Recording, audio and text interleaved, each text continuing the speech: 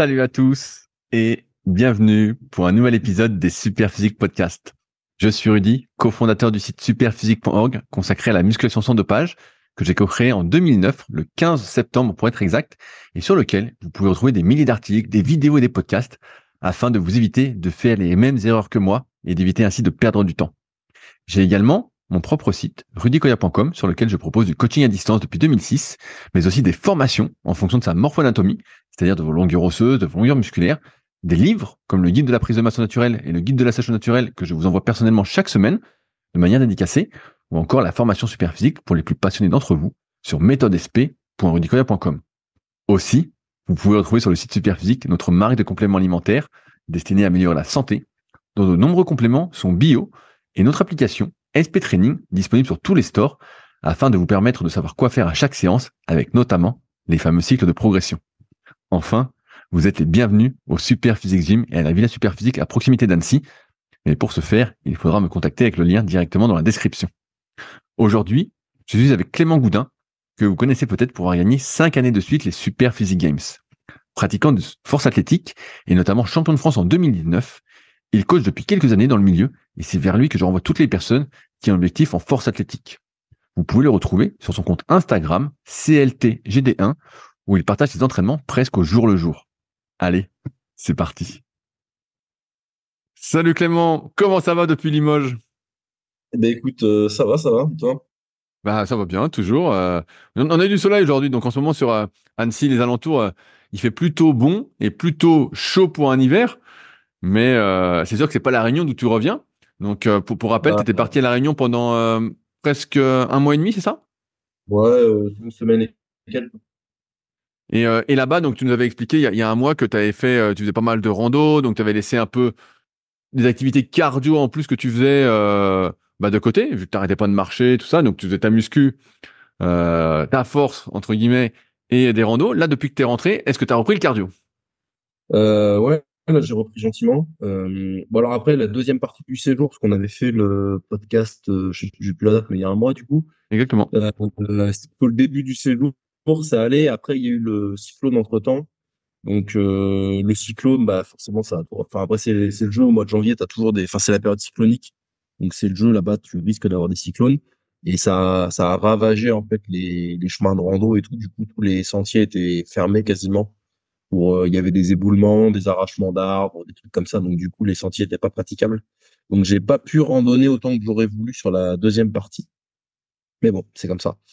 Et depuis que j'ai revenu, ouais, depuis que je suis revenu, ouais, j'ai repris le rythme gentiment. Donc là, on va essayer de voir ce qu'on peut faire avec 2 fois du bike et 1 ou 2 fois de la course à pied dans la semaine, mais tranquille sur la course à pied, genre des 30 minutes.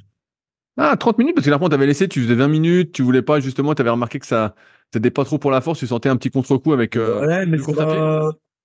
là, ça va un peu mieux. Voilà, là, j'ai fait 32 là aujourd'hui là. Facile, tu vois, bien. Tu sais, je suis descendu du tapis. Je pouvais continuer encore. Rien qui fait mal, tout qui va bien, pas d'interférence, pas de raideur et tout. Donc ouais, je vais essayer de me stabiliser là-dessus sur une trentaine de minutes et puis monter très très gentiment, tu vois, histoire d'aller peut-être à 40, 45, mais après je pas trop l'augmenter, puisque après c'est toujours le jeu des interférences et compagnie, mais ouais, là je suis sur une trentaine de minutes, je vais essayer de tenir ça 2 fois par semaine pendant 3, 4 semaines, et puis on fera monter un peu le volume, et puis ainsi de suite, quoi. Puis après, bon, bah, comme tout le monde, tu feras un marathon, il faut bien faire l'influenceur, hein. Putain, j'ai vu que là, il y avait plein qui se lançaient sur des Ironman, là, d'influenceurs, des mecs de YouTube et tout, Bazinga, Eric Flag, les mecs qui font tous des Et Ironman. dans le tas, on peut mettre aussi nos influenceurs de training thérapie, hein, on peut leur faire une petite Nos dédicace. influenceurs de thérapie, ouais, Thomas et Simon, qui vont. C'est le cadeau qu'on peut donner. Parce qu'en fait, l'histoire de base, c'est Simon qui a fait pour Noël 2022, qui a offert à Thomas la course cycliste là, de 160 bornes, etc., de la des choses. Et du coup, Thomas s'est un peu vengé. Et pour Noël 2023, il lui a offert un dossard pour un Alpha Ironman. Donc, les bons cadeaux empoisonnés à Noël, tu vois. Mais Donc, du coup, surtout, voilà. surtout, Surtout que de ce qu'on a vu, car moi je regarde un petit peu ce que fait Thomas, qui est sur Patreon, tout ça. Et on peut voir qu'ils nagent tous les deux comme des cailloux, quoi. On voit qu'ils avancent que dalle, ils nagent n'importe comment. Et franchement, ils nagent comme toi, pratiquement. Bah oui, mais c'est ce que j'ai dit à Thomas, je compatis parce que Thomas c'est un ancien judoka et moi aussi. Et bah, quand j'étais en STAPS, tout ça, j'ai jamais connu un seul judoka qui nageait bien. J'ai connu aucun judoka qui était bon nageur, on est tous des cailloux. Et alors s'il y a des judokas qui écoutent et qui sont bons nageurs, bah, manifestez-vous parce qu'il y a des perles rares. Mais du coup, ouais, ça va être, après ça va, là, c'est 1800 de natation. Si tu fais de la natation avec un coach 3 fois par semaine pendant 8 mois, normalement, tu es en mesure de nager 1800, quoi. Mais par contre, il va falloir travailler, c'est sûr, mais vous y arriver, je suis assez confiant là-dessus. Bon, bah, si je veux te faire un cadeau empoisonné, je sais ce que j'ai à faire alors. Ouais, puis moi, c'est un acte. Mais encore, eux, je trouve que enfin, c'est cohérent dans la mesure où, tu vois, je pense qu'un Alpha Ironman, bon, déjà, là, ils avaient fait beaucoup de vélo pour l'Ardèche. Ils avaient quand même pas mal borné. L'Ardèche, ça fait 140 ou 150 bornes, je sais plus, avec des gros cols. Bon, il y a du dénivelé, etc. Donc, ils ont la base vélo, ils ont la base cardio. Euh, Ils doivent apprendre à nager. Et puis, un semi-marathon en 8 mois, c'est quelque chose qui se prépare bien. C'est pas, c'est pas démentiel, je trouve, de préparer un Alpha Ironman quand tu es quelqu'un d'athlétique en 8 9 mois. Après, ça en combien de temps tu vas le faire. Mais par contre, se lancer sur un Ironman, donc bah, c'est le double. Hein, donc, pour ceux qui savent pas, Ironman, c'est 3 km 8 de natation, 180 bornes de vélo et un marathon pour finir. On n'est pas du tout sur les mêmes efforts et les mêmes contraintes. C'est un truc qui va durer, bah, pour un débutant, qui va durer, je sais pas moi, entre 11 et 13 heures, quoi, quelque chose près. Enfin, un débutant. Ouais, quelqu'un qui s'entraîne déjà un petit peu, hein, quand même, hein, parce que sinon, Ouais, pour faire ça, bah, sauf que t'es débutant, tu ne sais pas. Mais bah, quelqu'un qui part de pas grand-chose dans un an, quoi. Et je trouve que c'est des défis, tu sais, c'est la course au toujours plus et il n'y a pas de progressivité, je trouve ça un petit peu dommage. oui, oui, ben moi c'est pareil. En fait, je suis assez surpris et j'en parlais dans mon podcast Leadercast. En fait, je pense que beaucoup de personnes se font chier en fait et se lancent des défis qui sont improbables quoi. Avant, Mm. quand tu te lançais un défi, tu te disais ah tiens, je vais faire un 10 kilomètres. Tu disais voilà, je cours pas, je vais faire un 10 kilomètres ça. Aujourd'hui, comme c'est beaucoup de personnes que tu as citées qui vivent entre guillemets de leur actualité, tu vois, de leur influence, de Mm. leur actualité, ben ils sont obligés de s'inventer entre guillemets une actualité et donc, bah, ça donne beaucoup de personnes qui se mettent au triathlon et à l'Ironman, alors que tu devrais te dire, voilà, j'ai jamais fait de triathlon, j'ai déjà fait un triathlon S, un triathlon M, Ouais, tu y vas progressivement. Et en fait, bah, c'est l'escalade. C'est sûr que pour moi non plus, ça n'a ouais, pas mais trop, ça a pas trop de sens. Même si tu essayes de faire les choses correctement, tout ça, pour moi, c'est trop rapide. Mais bon, c'est la course ouais, à l'influence. Hein. Il faut de l'actualité. ouais, Si tu fais un truc très classique, en fait, bah, t'es moins suivi. la vie, non. Non, mais c'est sûr que si tu dis je vais faire un triathlon S, bah, tout le monde s'en branle. Alors si tu dis je vais faire un Ironman, c'est énorme. Mais le problème de cette course au toujours plus, c'est que bon, ben, ok, fais ton Ironman. Bon, ils vont le faire, ils vont le réussir parce qu'ils vont se préparer pour et il n'y a pas de souci, tu vois. Bon, ben, une fois que tu as fait ton Ironman, c'est quoi le truc d'après, tu vois? Qu'est-ce que C'est le Norseman. Ouais, ouais, ouais, c'est ça, c'est le Northman, puis c'est l'Andraman, puis c'est je sais pas quoi, tu vois. Mais, euh, mais même une fois que tu as fait ces trucs-là, tu vois, vers quoi tu vas, tu vois, vu qu'il n'y a pas de progressivité, que tu tapes direct dans le truc le plus dur, en fait. Et c'est ça que je trouve un petit peu dommage, moi, c'est que bah, tu perds le sens et il n'y a pas de réel plaisir de la pratique, du process, de se dire, bah, je vais faire un S, ensuite je vais faire un M, ensuite je vais essayer d'améliorer mon temps, soit sur le S, soit sur le M.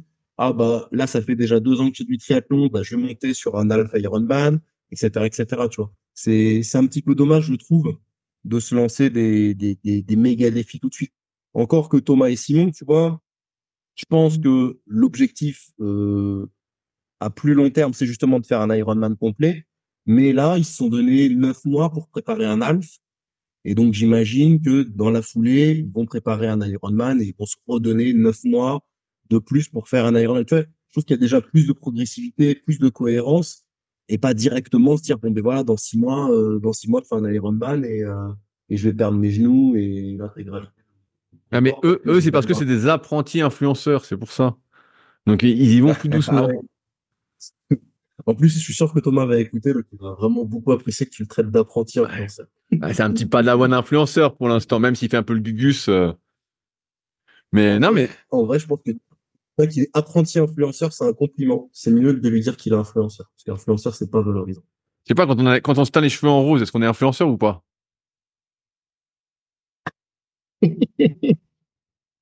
Joker. Joker, voilà, je sais pas. Bref, mais là, c'est vrai que c'est un peu la mode tout ça. Et moi aussi, j'ai du mal à suivre. Et c'est pour ça que je regarde pas vraiment. Mais c'est pas. En plus, bon, moi, c'est pas mon type d'effort. Je déteste, que je déteste. Bon, je déteste, mais je trouve aucun plaisir dans les efforts longs comme ça. Donc, bon, on verra bien ce que ça donne. En tout cas, on note que tu as repris le cardio et que tu veux monter justement la durée de de tes séances de course. Donc, ça va bien finir avec un dossard, cette histoire. J'en sais rien, c'est pas prévu. Bah, parce que normalement, tu devais faire ta compétition en Angleterre. Donc, on a vu, pareil, on en avait parlé la dernière fois. Et tu t'étais inscrit, tout ça. Et malheureusement, je crois que tu n'as pas été pris. Ouais, bah en fait, je suis toujours réserviste, mais à mon avis, je vais rester réserviste et ça va pas le faire.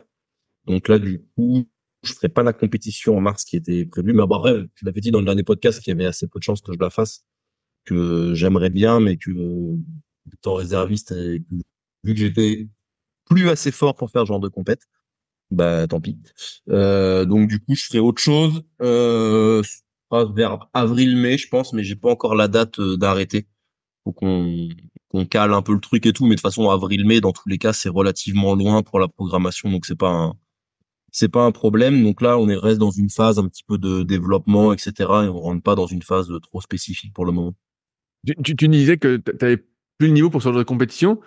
Qu'est-ce qui va se passer si un jour, vu que le niveau ne fait que monter, monter, monter, tu n'as plus le niveau pour faire les France? Qu'est-ce que tu fais? Bah, si je suis plus assez fort pour faire les France, je ferai plus les France. Qu'est-ce que tu veux que je te dise? Non, non, mais c'est plus une question un peu psychologique, tu vois, dans le sens où, tu vois, Non. Bon après, je pense pas parce que bon, j'ai quand même un niveau qui est pas trop mal. Pour les France, ça va aller. Après, il y a quand même des certaines limites. C'est-à-dire que tu regardes par exemple aux États-Unis, où ils ont beaucoup d'avance dans le niveau. T'as un espèce de plafond de verre qui arrive à un certain moment en 93 aux alentours de 800 kilos, tu vois. C'est-à-dire que aux États-Unis, par exemple, en 93, aux championnats nationaux, t'as 8 ou 9 gars à 800 kilos en 93, tu vois. Euh, j'ai du mal à croire que la France, qui est quand même un pays beaucoup plus petit que les États-Unis, se retrouve à terme avec un plus gros niveau que les États-Unis. Tu vois, ça m'étonnerait, sachant que les États-Unis ils ont de l'avance et tout, et que ça fait un petit moment que il y a un espèce de palier vers 800. Alors t'as des mecs, tu vois, hyper forts, Keiko ou Chant Mitchell, qui sont à plus de 800, qui sont à 850, tu vois. Mais t'en as deux, trois, et t'en as pas 10. Donc je pense pas qu'on en arrive là en France, ou du moins pas dans les années de carrière qui me restent. Donc, je sais pas combien ce sera, mais voilà, quoi.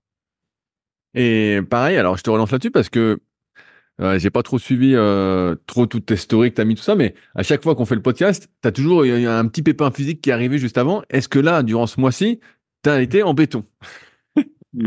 Béton armé. Non, j'ai pas eu de douleur particulière. Bon, des petites tensions à droite à gauche, tu vois, mais rien de, tu sais, un peu le coude, un peu une épaule mais vraiment, tu sais, la petite tension, ça tire 2, 3 jours et puis ça passe, quoi, mais rien d'extraordinaire. Mais non, là, j'ai pas eu de problème particulier. Ça s'est plutôt bien passé. Et je pense que, mine de rien, la chaleur, euh, à la Réunion, ça a eu un impact positif là-dessus, parce que globalement, j'ai moins de tension, quand il fait chaud que quand il fait froid, quoi. Ok, bon bah donc là, t'as pu remonter progressivement, suivre ta planif, on va dire, sans Ouais, problème. sans problème. Ouais, même au bench, ça revient bien. Je suis pas trop enfin, je suis même plus limité par le pec. Donc là, on est dans une phase, tu sais, comme je te disais là, de la dernière fois, de remontée de volume, où on fait monter progressivement le volume et légèrement l'intensité, mais pas tellement.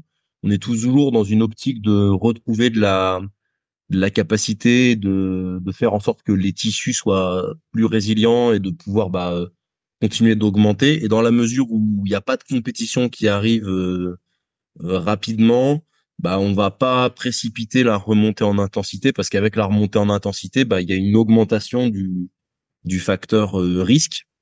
Donc, on va continuer comme ça sur le bench et là, ça se passe plutôt bien. Au soulevé de terre, de manière générale, j'ai jamais de problème, j'ai jamais de douleur particulière.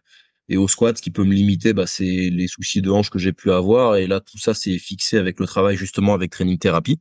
Donc, non, pour l'instant, les indicateurs font plutôt vert et il n'y a pas de problème particulier ou de bobo ou de tout ça, quoi. Donc, tout va bien. Et ben donc, ça me permet d'enchaîner Il n'y a sur un plus qu'à devenir fort. il y a Il n'y a plus plus qu'à devenir.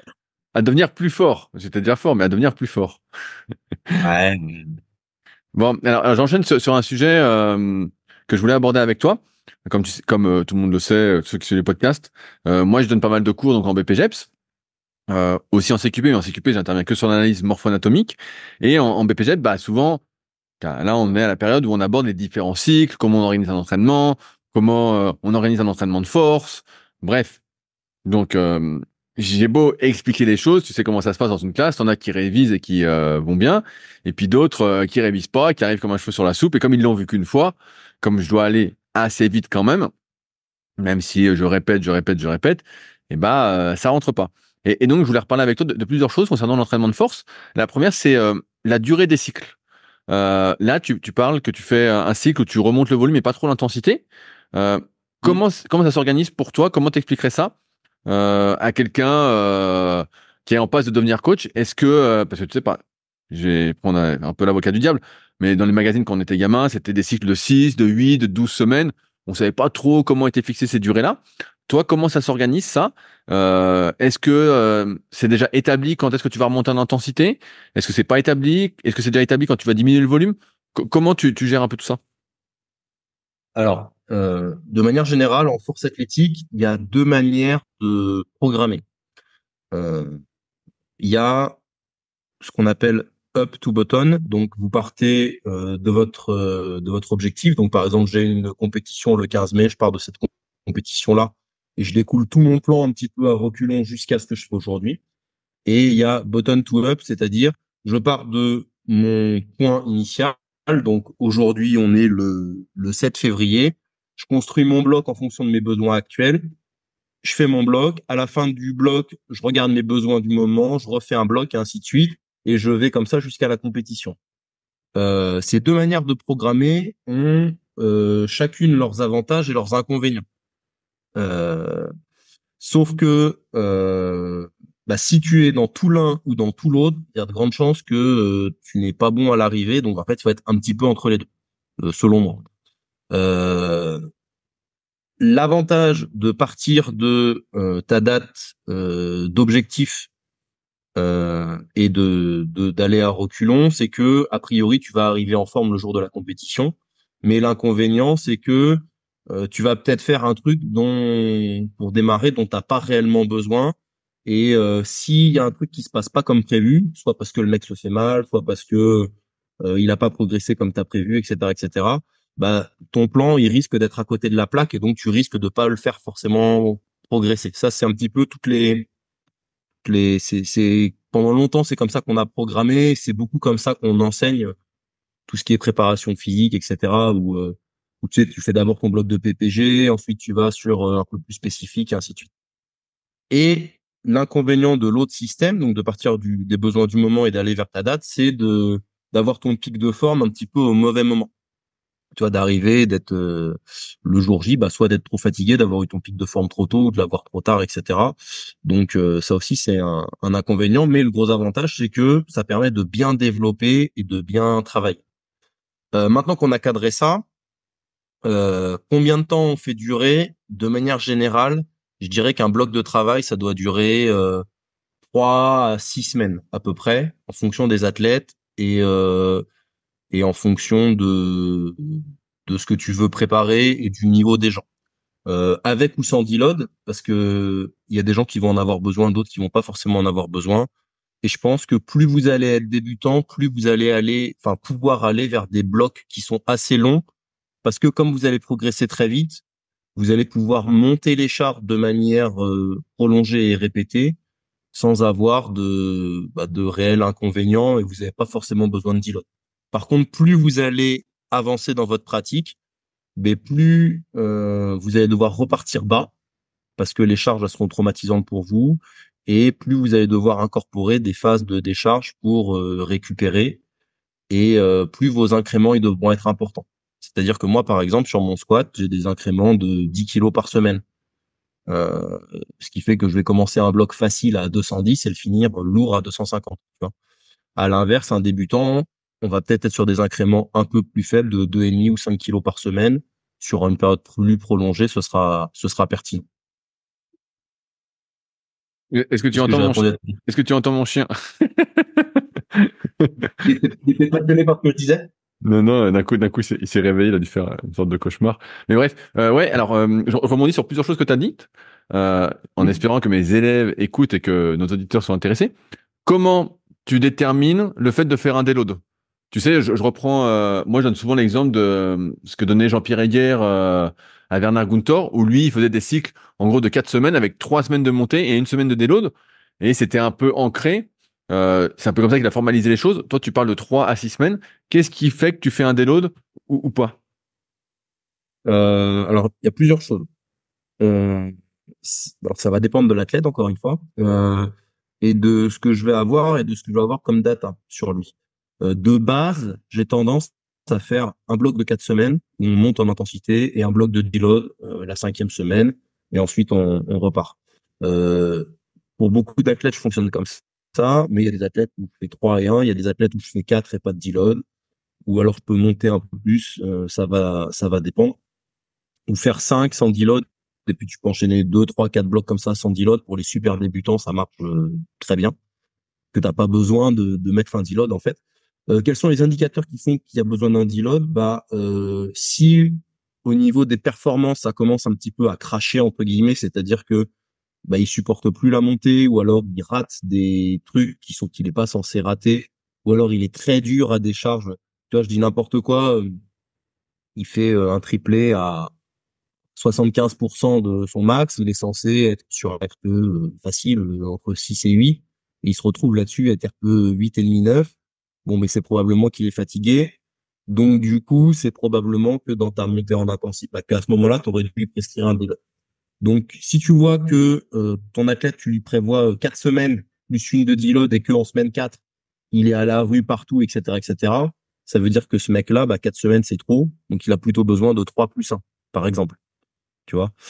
Si à l'inverse, pendant la semaine de deload, il te dit putain, j'ai trop la pêche et tout, je suis trop bien, et que ça le frustre à fond, peut-être que le deload il en avait pas besoin et que ce mec-là c'était pas nécessaire. Si par contre en semaine 5, pendant la semaine de deload, il te dit oh là putain, ça, le deload il tombe bien, je suis cramé, j'ai un peu mal ci, je dors pas très bien, blablabla, c'est que ton deload il est bien calé. Et après, en connaissant tes athlètes, avec le temps, avec l'expérience, etc., etc., et avec ces indicateurs-là, tu y arrives.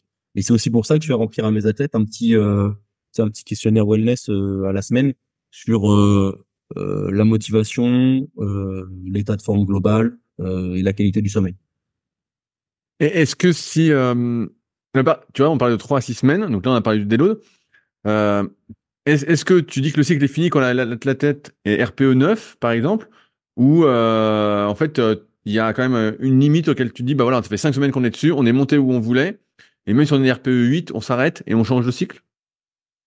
De manière générale, j'aime bien être un petit peu conservateur et justement pas aller sur des RPE trop hauts, parce que si on est où on a envie d'aller, donc c'est-à-dire que on finit le bloc sur quelque chose d'un peu lourd, mais avec un RPE bas, tant mieux, ça veut dire qu'on est en pleine progression et j'ai pas besoin de pousser plus le truc, parce qu'en fait des fois, en voulant pousser plus le truc, tu peux casser la dynamique, tu vois. Si tu peux finir RPE 8 sur, je sais pas moi, un triplé à 90% et que tu finis RPE 8 par exemple, bon, ça veut probablement dire, alors après ça dépend du profil des athlètes, etc., mais que c'est le max sur lequel tu te bases, il est sans doute plus d'actualité, tu vois. Donc t'as pas besoin de monter sur un triplé à 93% pour mieux savoir, c'est pas grave.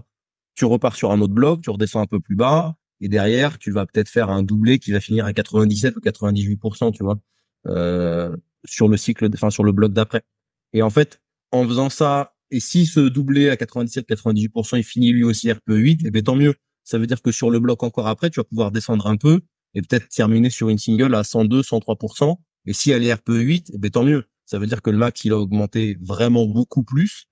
Et donc, tu maintiens cette dynamique, tu maintiens une dynamique de confiance.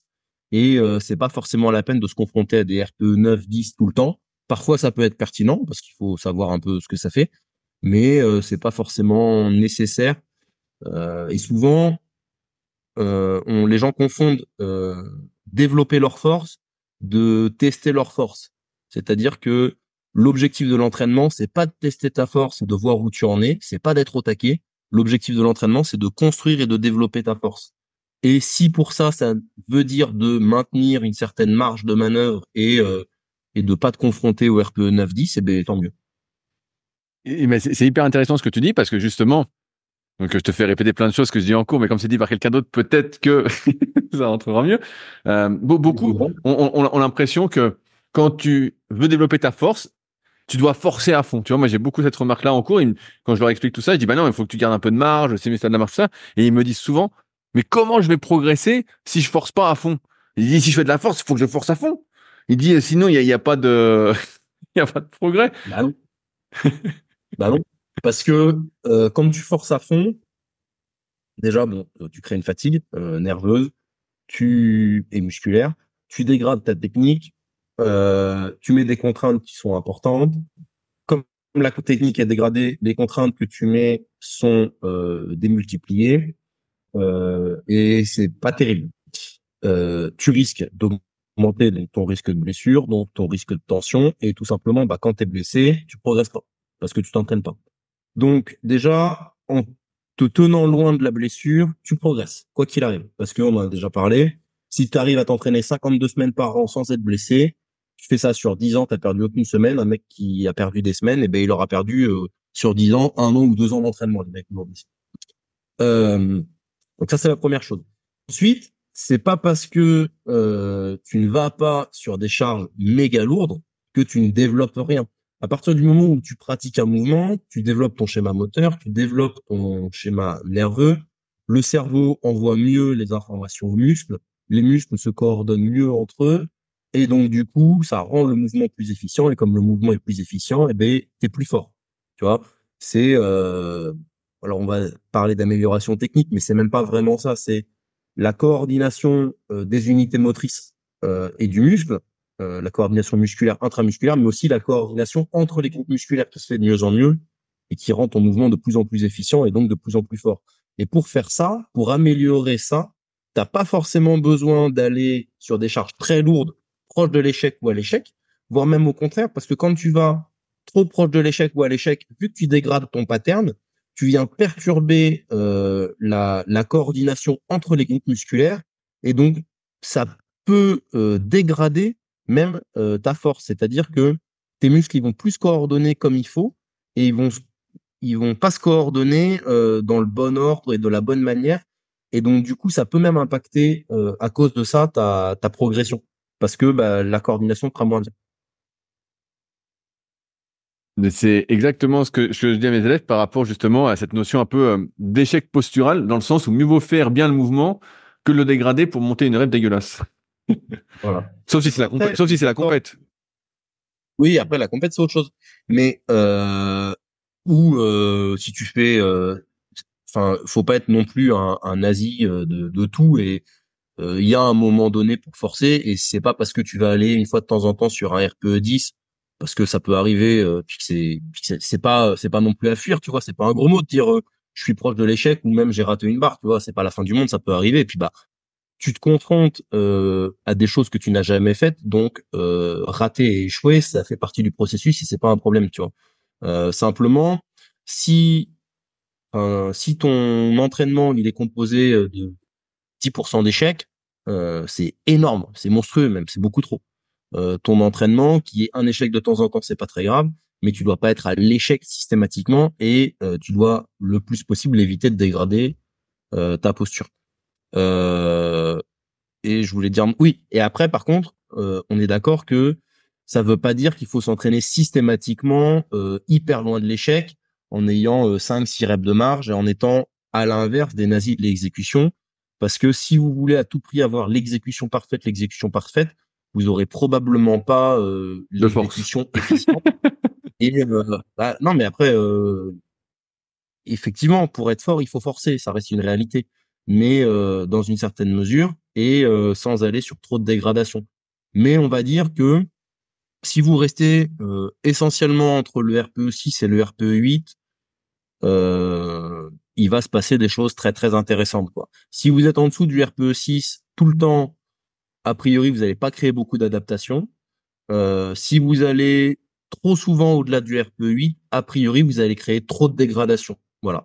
Et entre ces deux extrêmes-là, bah, se trouve la vérité et ce qu'il faut faire. Et après, c'est une question d'équilibre. J'ai une autre question, parce que je vois souvent cette erreur malgré ce que je peux expliquer et partager en cours.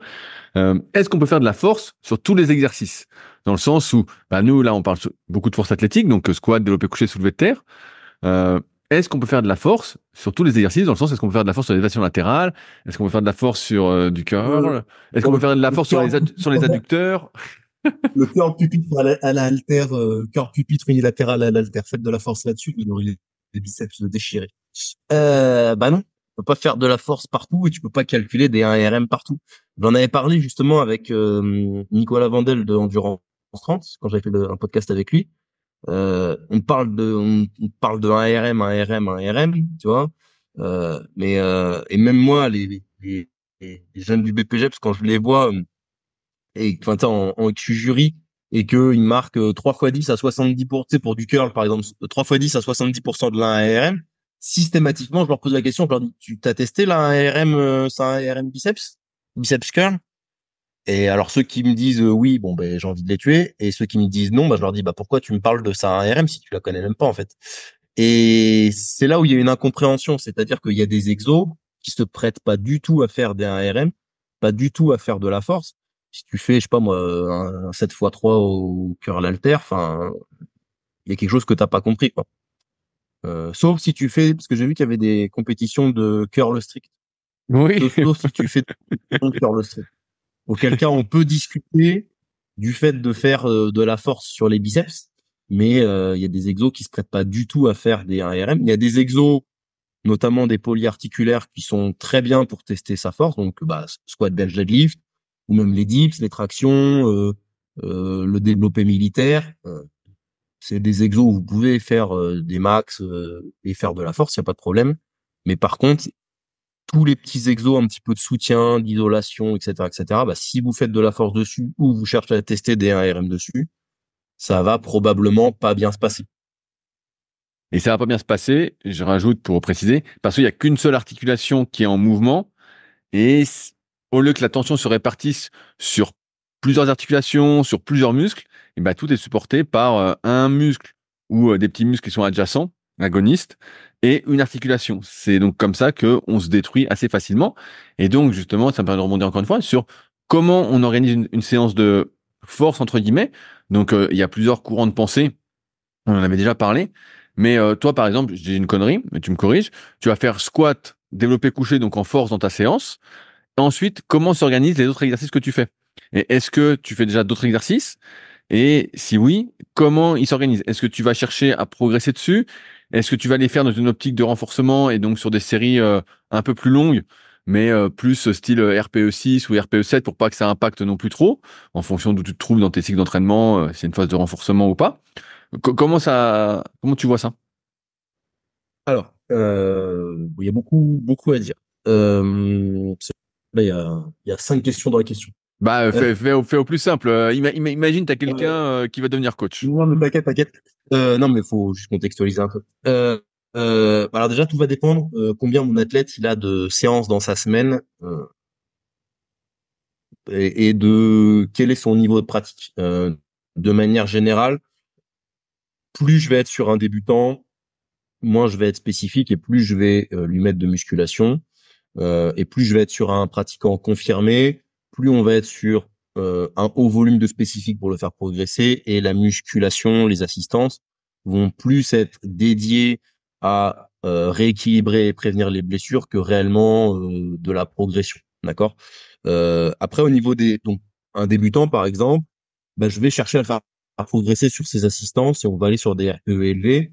parce que ça va être important pour lui de construire de la masse musculaire, ça va être important pour lui de construire des fondations, et que tout ce soutien en fait va lui permettre de développer ses performances à moyen et à long terme. D'accord? À l'inverse, un athlète qui est vraiment confirmé, qui a déjà une bonne masse musculaire, etc., etc., les gains que ça pourrait apporter sont marginaux. Donc là, on va être plutôt sur entretien de masse musculaire et chercher à rester dans l'équilibre. Euh, et ensuite, bah, en fonction de ça, forcément, les assistances, ça va changer. Euh, Si on est sur un... Alors après, sauf si par exemple il y a un déficit qui est acté, je dis n'importe quoi, mon gars il manque vraiment de triceps sur son développé couché, c'est vrai que son verrouillage pêche, et ben ça peut être une stratégie de beaucoup développer les triceps et de pousser un peu plus les assistances sur les triceps pour le développer là-dessus. Sachant que toutes les ressources que vous allez mettre sur vos assistances, vous les aurez peut-être pas forcément sur vos mouvements principaux et inversement. Donc ça, c'est à manager. Et après, comment je vais le percevoir? Généralement, j'aime bien garder les mouvements d'assistance relativement longtemps parce que si vous changez vos mouvements d'assistance toutes les 4 ou 5 semaines, vous n'allez pas pouvoir progresser dessus et donc du coup, ils vont pas servir à grand-chose. Et en général, je fais un genre de mini cycle de progression dessus. C'est-à-dire que je vais, par exemple, je sais pas moi, admettons, je lui fais son squat, son bench, et derrière, il a un rowing en appui poitrine, tu vois, à la machine. Je vais d'abord lui mettre un 3x12 RPE7, tu vois. Il va commencer le bloc RPE7, finir RPE8, 8,5. Le bloc d'après, bon, on va garder le même exo, mais passer en 3x10. Et le bloc d'après, garder le même exo, passer en 3x8. Comme ça, on va avoir un petit peu développé cet exercice, progresser dessus, puis en tirer les bénéfices. Et ensuite, je vais le faire évoluer, l'exercice. Soit je le fais évoluer vers quelque chose d'un peu plus spécifique. Donc, par exemple, dans le cas d'un rowing appui poitrine, je peux le faire évoluer sur un pelle léro, tu vois, qui est à la barre, qui demande un peu plus de gainage, d'activation lombaire, etc. Je vais utiliser le même pattern.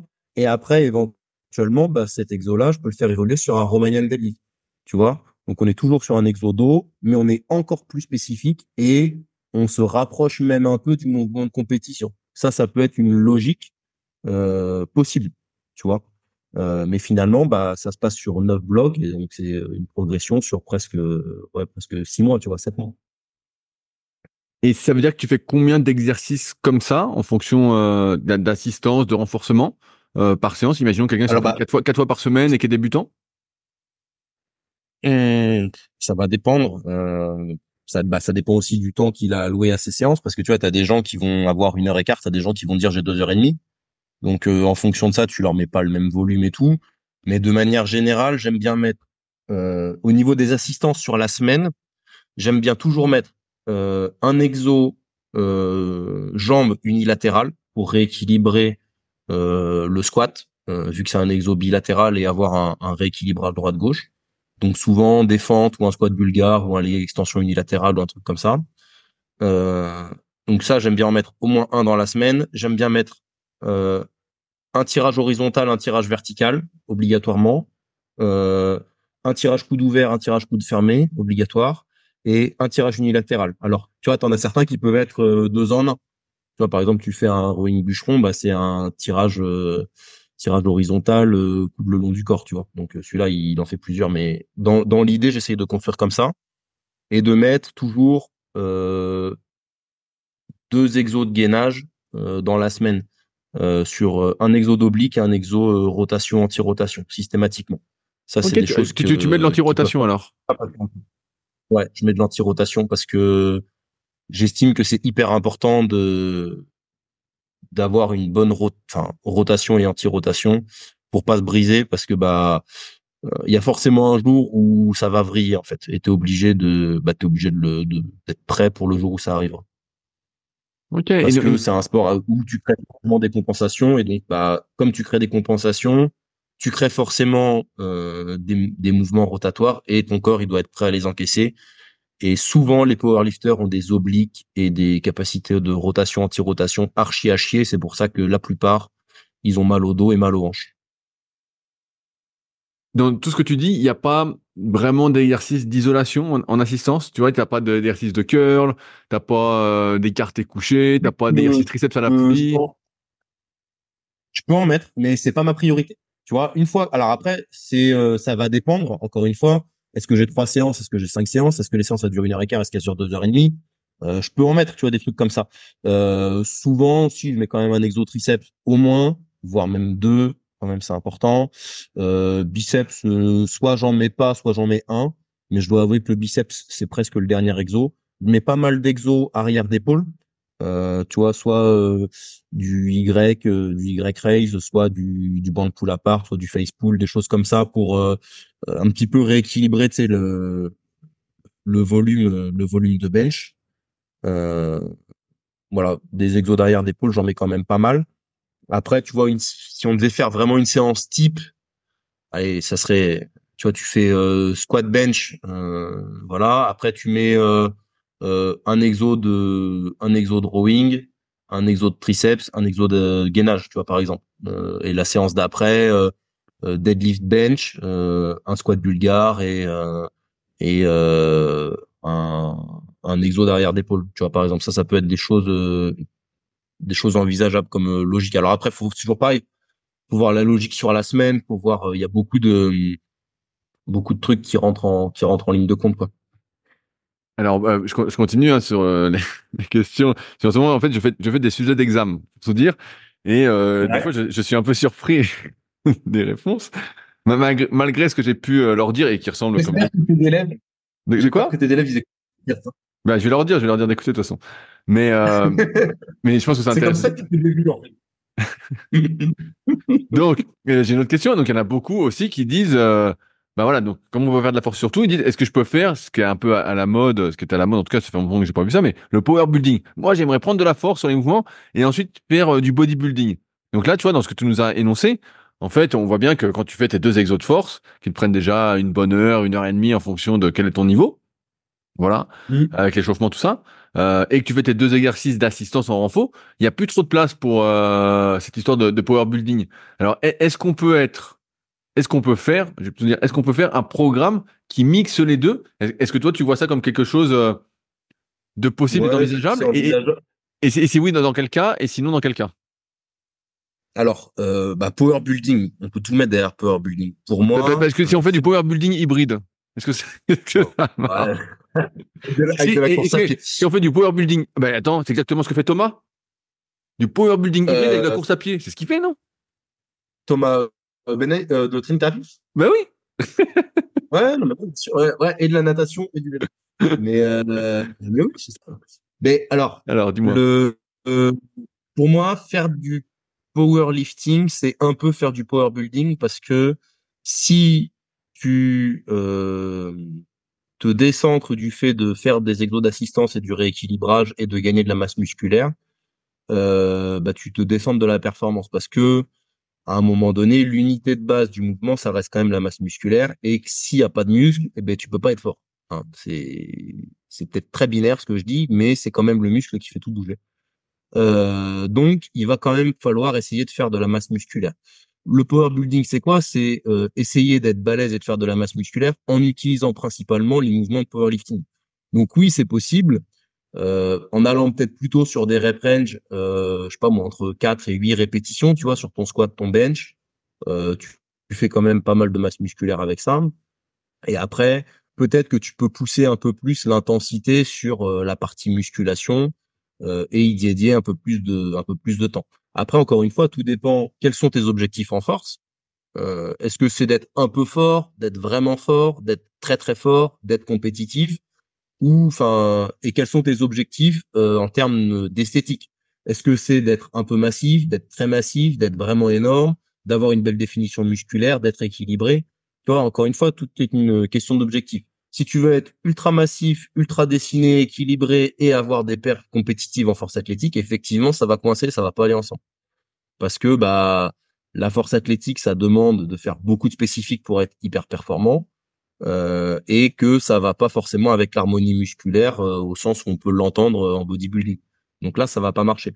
Par contre, si c'est d'être quand même assez fort, tu vois, d'avoir des belles perfs et de maintenir quand même un bon physique solide et pas trop dégueulasse, je pense que c'est tout à fait compatible et qu'il y a aucun souci à ça en fait. J'ai une autre question, je rebondis là-dessus. Donc mes élèves à Balésion, donc j'ai plusieurs promos, hein, avaient une sorte de débat entre eux qui était quand on fait de la force, parce que forcément je leur explique que l'optimal théorique, en tout cas pour prendre du muscle, c'est de faire des séries qui durent entre 30 et 60 secondes. Donc bien sûr, je généralise, je simplifie pour la compréhension. Et donc ils avaient le débat, ils disent mais quand on fait de la force, alors est-ce qu'on prend du muscle ou pas? Et donc d'un côté, certains disaient bah oui, on prend du muscle, et l'autre disait mais non, mais pas du tout, on prend pas de muscle en faisant de la force. Donc là, tu parlais de séries de 4 à 8 répétitions, d'allonger un peu les fourchettes de répétition sur l'exercice de power, et que ça allait t'aider à faire de la masse musculaire. Est-ce que c'est vraiment le cas, ou est-ce que tu te racontes une histoire? Ah bah évidemment que c'est vraiment le cas. Déjà, soyons pragmatiques, la plupart des powerlifters qui ont un bon niveau, euh, ils font pas des séries entre 30 et 60 secondes, et pour autant, la plupart, ils sont musclés et balèzes. Donc ça veut bien dire que de faire des barres lourdes, ça met, ça permet quand même de gagner de la masse musculaire. Après, est-ce que c'est optimal pour gagner de la masse musculaire? Non, parce que ce qui est optimal pour gagner de la masse musculaire, effectivement, c'est des séries plutôt entre 30 et 60 secondes, etc., etc. Mais il y a quand même certaines notions, bah, la tension mécanique, c'est-à-dire que bah, plus tu vas mettre de charge sur un muscle, et plus la tension mécanique sera importante, et plus cette tension mécanique sera importante, plus le muscle va être amené à se développer pour grossir et réagir. Donc du coup, a priori, même en faisant beaucoup de charges lourdes, tu vois, admettons que tu fasses que des 5 fois 3 très très lourds, tu vas quand même faire de la masse musculaire. C'est pas pour autant que c'est optimal, mais malgré tout, tu vas prendre de la masse musculaire. Moi, quand j'étais en STAPS, on m'avait appris, il faut faire du 10 x 10 pour faire de la masse musculaire. Si vous faites autre chose que du 10 x 10, vous ferez jamais de masse musculaire. Bon, à l'époque, moi, j'avais jamais fait de 10 x 10, et pour autant, je faisais 80 kilos et j'étais quand même musclé, tu vois. Du coup, là, je me suis dit, on m'apprend des conneries. Et quand tu fais 8 reps, tu fais quand même de la masse musculaire. Quand tu fais 12 reps, tu fais quand même de la masse musculaire. Peut-être que 10, c'est optimal, mais c'est pas parce que t'en fais 8 que tu fais pas de masse musculaire. C'est pas parce que t'en fais 12 que tu fais pas de force. C'est juste une question d'équilibre, en fait. C'est un, C'est une sorte de curseur. c'est un continuum, en fait. Voilà. C'est un continuum. L'optimal, c'est de faire des séries plutôt longues pour développer votre masse musculaire. L'optimal pour développer votre force, c'est de faire des séries plutôt courtes. Malgré tout, si vous faites des séries plutôt longues, vous allez, dans une certaine mesure, développer votre force. Et en faisant des séries courtes, vous allez quand même, dans une certaine mesure, développer votre masse musculaire. Et après, l'idée, c'est de naviguer entre ces deux facteurs-là et de trouver un équilibre qui soit pertinent et cohérent en Alors, fonction de vos objectifs. j'en viens à une question, pareil, que j'ai en cours, mais qui a été posée aussi sur les forums Superphysique. Donc, je rappelle que sur les forums Superphysique, vous pouvez poser vos questions. On y répond à l'écrit, donc il y a pas mal de monde, mais aussi en podcast. Et donc, sur un peu la vitesse des répétitions. Donc, je te lis la question et on va développer. Ici et là, on entend ou lit qu'il faut avoir un temps sous tension assez long pour l'hypertrophie, donc ce que tu disais, des séries plutôt longues, entre guillemets, et d'autres fois qu'il faut faire des répétitions de manière explosive. Du coup, c'est l'un ou l'autre, ou les deux, c'est-à-dire explosif en concentrique et ralenti en excentrique pour augmenter le temps sous tension. Quelle est la vérité? Alors, je vais le dériver. Sur la force, est-ce que toi, ça t'arrive, si tu veux développer ta force de manière optimale, de vraiment ralentir tes répétitions et de pas chercher à être explosif? Comment tu vois ça, toi? Euh, L'utilisation d'un tempo d'exécution, euh, je vais l'utiliser dans deux cas de figure. C'est un athlète qui est blessé ou qui a des douleurs, tu vois, donc tu es dans une phase de réathlétisation par exemple. Donc je sais pas moi, le mec il a eu une tendinopathie au pec et je sais pas quoi. Tu vas le faire travailler avec une excentrique un petit peu longue et tu vas jouer sur les régimes de contraction. Donc d'abord de l'isométrie, ensuite de l'excentrique et tout pour revenir de la blessure et en fait soigner la blessure. Donc, je vais utiliser les tempos d'exécution dans ces cas-là, ou alors pour corriger des erreurs techniques. Tu vois, c'est-à-dire, par exemple, le mec a des problèmes de trajectoire, on peut être amené à utiliser un travail de tempo, soit en excentrique, soit en concentrique, soit les deux. Par exemple, au squat, il y a beaucoup de gens qui se désunissent pendant la phase un petit peu de rebond en bas, parce qu'ils maîtrisent pas le rebond, qui ont tendance à tout relâcher, etc. Ces gens-là, je peux être amené à leur planifier un squat avec 3 secondes de tempo à la descente, une petite pause en bas et 3 secondes de tempo à la montée. Pour les forcer en fait à apprendre à développer de la force dans cette amplitude qu'ils ont tendance à fuir en voulant aller très vite, tu vois. Mais là, c'est des cas particuliers. Je pense que dans le cas de gain de masse musculaire, c'est pas forcément pertinent. Alors oui, tu augmentes ton temps sous tension avec des excentriques un petit peu plus longues et tu augmentes le la destruction musculaire, donc a priori, tu as plus de courbatures, etc., etc. Donc pourquoi pas, ça peut être une stratégie, mais c'est pas forcément une stratégie que j'utilise beaucoup. Moi, j'utilise plutôt le tempo pour des problématiques soit de blessure et de réathlétisation, ou de prévention des blessures, tu vois, par exemple un tempo excentrique sur du squat bulgare à quelqu'un qui a tendance à avoir des douleurs de genoux, ou un goblet de squat talon surélevé un peu presque en 6-6 squat, tu vois, en tempo aussi, pour quelqu'un qui a tendance à avoir des douleurs de genoux, pour renforcer les tendons, parce qu'en fait, avec une phase excentrique plus longue, vous allez avoir un meilleur travail de renforcement des tendons. Donc dans ces cas-là, ça peut être intéressant. Mais sinon, pour des objectifs de gain de masse musculaire, moi personnellement, je l'utilise pas. Alors, je te titille parce que quand on voit faire tes exercices sur Instagram où tu mets pas mal de vidéos sur ton compte, on a l'impression que tes mouvements sont assez lents. Tu vois que t'es pas très explosif, ni sur l'excentrique, ni sur le concentrique. Comment ça se fait? Tu parles des mouvements de force ou des mouvements Ouais, ouais, d'assistance? des mouvements de force et même d'assistance, tu vois, je te trouve jamais très très explosif, tu vois. Et même sur le squat, tu vois, j'ai l'impression que tu ralentis la descente, tu vois. Tu parlais de te désunir ou pas. Ouais. Et on voit que toi, Alors, tu contrôles beaucoup tes poids, en tout cas sur la négative. Même sur le un couché, on voit que tu contrôles beaucoup. ouais. Alors, je pense que avec le temps, je le contrôle un peu plus parce que justement, bah, je sais que si je sors du couloir, ça va pas trop bien se passer. Donc, j'ai tendance à. Après, j'ai jamais été un modèle d'explosivité, surtout au squat. Autant au bench, jusqu'à 90-95%, je peux avoir enfin, j'ai eu une bonne vitesse avant, mais maintenant, c'est vrai que je suis un peu moins explosif. Euh, Et sur les exos d'assistance, c'est plus une question de contrôle du mouvement et de la trajectoire que réellement une question d'explosivité. Après, moi, je suis plus à dominante musculaire. Tu vois, dans mon profil, j'ai un profil qui est musculaire plus qu'un profil explosif. J'ai jamais été quelqu'un de archi explosif et j'ai toujours eu des mouvements relativement contrôlés, tu vois. Après, si on regarde par exemple mon soulevé de terre ou des choses comme ça, tu vois, il y a quand même une bonne enfin, là, pour Oui, oui, le coup, t'as pas besoin sur le de- concentrique, on voit que tu Voilà. essaies de pousser fort, mais là où je te poussais, c'est parce que Ouais. souvent, quand on dit qu'il faut faire des répétitions de manière explosive, on arrive à voir des trucs qui ressemblent plus à rien. Et en fait, l'idée, Ouais. c'est d'être rapide, mais tout en ayant conscience de la technique. Et finalement, c'est-à-dire qu'on n'est Pardon. jamais aussi rapide qu'on pourrait être. Sinon, comme tu l'as dit, on se désunit, on a une technique dégueulasse, ça n'a pas de sens. Et donc, c'est l'entre-deux. D'autant plus que, je rappelle pour ceux que ça intéresse, qui veulent creuser un peu, dans nos muscles, il y a ce qu'on appelle des éléments élastiques qui se trouvent dans nos muscles. Il y a aussi les tissus conjonctifs qui vont emmagasiner de l'énergie élastique. Et donc, si vous allez très très fort, en fait, vous pouvez aussi plus facilement vous blesser. Donc pareil, dans une optique, entre guillemets, de longévité, vous n'avez pas intérêt à laisser tomber les charges. Sinon, vous pouvez tout vous arracher. Et comme l'a dit Clément, en réathlétisation de base, bah, les quatre phases, c'est isométrie, excentrique lent, tempo sur un mouvement classique, et seulement ensuite vitesse. Parce que la vitesse, c'est ce qu'il y a de plus traumatisant. Or, pour la plupart d'entre nous, qui nous entraînons, voilà, soit pour prendre de la force, soit pour prendre du muscle, soit voilà, pour faire de la muscu pour être bien, il n'y a pas cet intérêt à vouloir vraiment être le plus explosif possible. Il faut être explosif avec ses muscles, notamment, bah, comme dit Clément, quand on est à dominante musculaire. Et à l'inverse, quand on est à dominante nerveuse, j'ai même envie de dire que être explosif, bah, ça donne beaucoup moins de muscles que de contrôler ses mouvements parce qu'on enlève une bonne partie du travail musculaire à cause de cette explosion, de cette inertie qu'on donne à la barre, cet élan qu'on donne à la barre, parce qu'on est explosif. Et donc, on arrive à soulever des poids très, très, très, très lourds comparativement à ce qu'on va développer en masse musculaire. Donc, c'est aussi un facteur important. C'est ce que je dis de plus en plus, c'est être explosif avec ses muscles. Et je pense que c'est une nuance importante, mais peut-être pas facile à comprendre.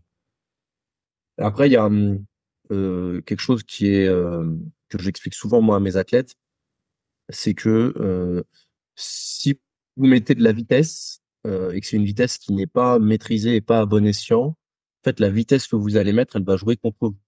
C'est-à-dire que si vous mettez beaucoup de vitesse, par exemple sur un squat au démarrage d'un squat, et que vous avez une perte de position ou une perte de trajectoire, mais toute la vitesse que vous allez mettre pour que la barre sorte encore plus de la trajectoire et que votre position se perde encore plus. Donc ça se voit sur les mises en tension dégueulasses au soulevé de terre, quelqu'un qui prend la barre trop vite, etc. Et en fait, toute la vitesse que vous allez mettre, elle va vous desservir. Et j'utilise souvent la vieille pub Goodyear qui disait sans maîtrise, la puissance n'est rien. Et je le dis souvent à mes athlètes, ça c'est une phrase récurrente. Et ben en fait, c'est exactement ça. Si vous ne maîtrisez pas votre mouvement, toute la vitesse et la puissance que vous allez mettre, elle va jouer contre vous. Alors, il y a avec le risque de blessure qui est accru dont tu as parlé, mais même d'un point de vue performance, c'est essentiellement une affaire de levier de trajectoire, en fait, la force athlétique et même la musculation.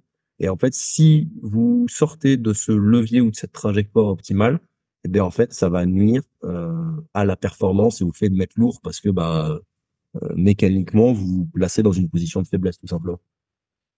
Et je voulais finir par un dernier point, parce que là, on a beaucoup abordé la force, d'un point de vue force athlétique, tout ça. Et on peut lire souvent en préparation physique, je mets des guillemets parce que j'appelle pas ça la préparation physique, mais dans les sports d'endurance, que l'entraînement de force améliore les performances en endurance. Euh, Est-ce que ce qu'on vient d'expliquer euh, peut s'appliquer aussi à des pratiquants, par exemple, de course à pied ou de vélo, dans le sens où, justement, on a pas mal parlé de la technique là, dans ces dernières minutes, euh, pour des personnes qui maîtrisent pas la technique, est-ce que malgré tout, on est obligé de monter sur des pourcentages et des RPE élevés, entre guillemets 6 à 8, comme tu as dit, pour développer la force, ou pour ces personnes-là, ça a beaucoup moins de sens et ils vont prendre de la force en s'entraînant peut-être de manière moins lourde, loin de leur maxi et avec des RPE peut-être plus bas? Qu'est-ce que tu en penses? Moi, je prends souvent une image. En fait, tout dépend de d'où vous partez. D'accord? Tu prends une mamie de 80 ans qui est restée alitée pendant je sais pas combien de temps, tu lui fais faire du vélo, elle va progresser au squat. Parce que le simple fait de faire quelque chose, ça lui fera prendre de la force. Et ben, un sportif d'endurance qui n'a jamais fait de force et qui n'a jamais fait de musculation, qui fait de la course à pied, moi je sais pas, 5 fois par semaine et c'est tout, t'as pas besoin de lui faire des dingueries pour qu'il prenne en force. Tu lui donnes une kettlebell de 12 kilos, il fait 3 fois 10 au squat avec une grosse marge, parce qu'il aura de la marge, ça suffira pour qu'il prenne en force. D'accord? Donc pour moi, les sportifs d'endurance qui se lancent dans la préparation physique pour soit se tenir loin des blessures, soit avoir une meilleure économie de course, soit être plus efficient, soit plein de choses, euh, faites des choses simples, faites des choses bien et faites des choses plutôt en amplitude complète. Euh, et vraiment, vous prenez pas la tête. Donc, un mouvement type squat, donc de flexion de genou, donc soit un squat, soit une fente, etc., en amplitude complète, avec un truc simple, où vous pouvez maintenir l'intégrité du dos. Un mouvement pivot de hanche avec soit du soulevé de terre roumain, soit du swing à la kettlebell, soit du hip thrust. Voilà. Un petit mouvement de gainage oblique, moyen fessier, genre star plank. Et honnêtement, votre séance de renfort, elle est quasiment faite. Vous n'avez pas besoin de faire beaucoup plus et vous n'avez pas besoin d'être extrêmement fort et d'aller chercher des 1RM ou toutes les conneries. Eh ben, merci Clément. Je pense qu'on a fait le tour sur ce podcast spécial force que je voulais faire. On arrive presque à notre heure habituelle. Est-ce que tu veux rajouter quelque chose ou c'est bon pour toi? Hum, ouais, globalement, il y a beaucoup de gens qui veulent compliquer les choses sur l'entraînement, sur l'entraînement de force ou machin et tout. Chercher midi à 14 heures et dire que il faut faire ci avant de faire ça, etc. Et qui veulent en fait faire un truc parfait à tout prix et à tout point de vue, sauf que bah ça n'existe pas. Chercher à faire des choses simples, mais à les faire parfaitement, plutôt que de vouloir faire des choses compliquées pour que ce soit parfait, parce que ça fonctionnera pas. Et c'est pas comme ça que vous allez progresser. Donc faites des choses simples. Plus c'est simple et mieux c'est fait, plus vous irez loin a priori, et c'est ça le réel secret de la progression, c'est de faire des choses les plus simples possibles, mais de les faire parfaitement. Et sur la durée. Et sur la durée, bien sûr. Sur ce, eh ben, on va s'arrêter là pour aujourd'hui. On espère que vous aurez appris plein de trucs et que vous serez un peu moins perdu parmi la masse d'informations. N'hésitez pas à réagir comme d'habitude dans la partie commentaires sur SoundCloud ou sur YouTube. Je rappelle que il n'y a pas de pub sur les applications de podcast, donc je vous invite à l'écouter plutôt sur les applications de podcast. YouTube, c'est devenu infernal, je suis à 2 doigts de prendre l'abonnement. Donc, sur ce, n'hésitez pas, voilà, à réagir, à poser vos questions sur les formes Superphysique. Et puis nous, on se retrouve de toute façon la semaine prochaine pour de nouvelles aventures. Salut à tous. Salut, bonne journée. Si vous êtes encore là, c'est que vous avez sans doute passé un bon moment. Si vous avez des questions sur les sujets que nous avons abordés aujourd'hui, ou que vous souhaitez nous en poser, ne vous priez pas, c'est avec plaisir dans la partie commentaires sur SoundCloud ou sur YouTube. Si vous avez des questions qui n'ont rien à voir avec les sujets abordés, par contre, cela se passe sur les forums Superphysique, qui sont les derniers forums de musculation du web et qui est également les premiers sur www.superphysique.org. Enfin, merci d'avance pour votre soutien, notamment à ceux qui laisseront des commentaires sur les applications de podcast, que ce soit Spotify ou Apple, avec évidemment la note de 5 étoiles sur 5. Je compte également sur vos partages sur les réseaux sociaux que je repartagerai avec plaisir. Sur ce, bon entraînement et à la semaine prochaine.